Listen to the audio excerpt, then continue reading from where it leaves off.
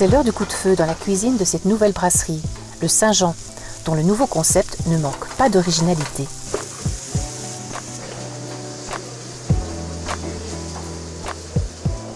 Cette brasserie s'inscrit dans la thématique du Saint-Jean. Et donc la carte, les bières, les cocktails, les vins ont une connotation la plus amusante possible avec l'univers de l'Église catholique au sens large ou de l'univers des saints, de la cosmologie des saints, le paradis, l'enfer, l'âme, l'esprit.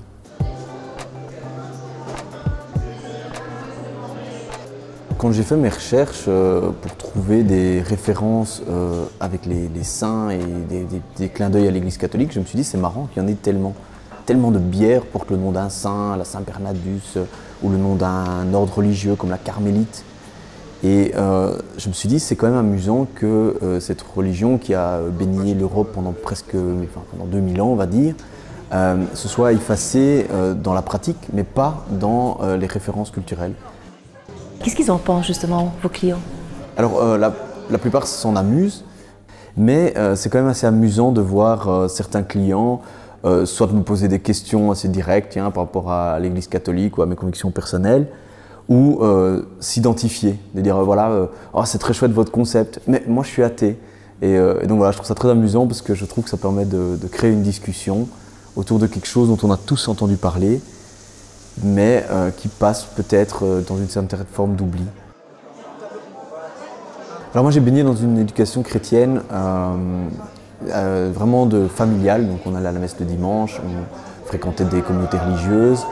Et donc dans mon éducation on a lu énormément de passages de la Bible. Et moi ça m'a toujours amusé ce rapport à la nourriture. On prend la Genèse directement, cette histoire de pommes, cette légende du péché originel, c'est déjà une question de consommation. Et puis ça dure pendant tout l'Ancien Testament. Noé plante une vigne, le peuple élu dans le désert récrimine beaucoup contre Dieu parce que la nourriture n'est pas bonne, parce que la nourriture n'est pas correcte, elle n'est pas suffisante. Et on voit que Dieu essaye d'amener son peuple à une élévation, mais qui doit d'abord penser au catering. Et donc je trouve que moi c'est un clin d'œil très amusant par rapport à un restaurant, puisque le premier but d'une brasserie c'est évidemment d'offrir un concept gastronomique. Je trouve que les convictions philosophiques ou religieuses sont un thème de partage assez intéressant, du moment que ça peut se faire de façon paisible. Et donc justement par rapport à la carte, l'idée c'était pas de tomber dans des bondieuseries, mais pas non plus dans l'irrespect par rapport à une religion quelle qu'elle soit. Et donc voilà, l'idée c'est vraiment d'avoir des clins d'œil le plus humoristique possible.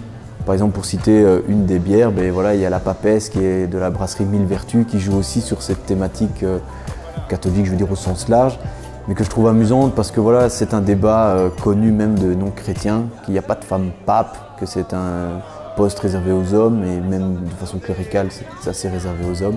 Et je trouve que cette bière symbolise bien l'humour et le thème de ce restaurant.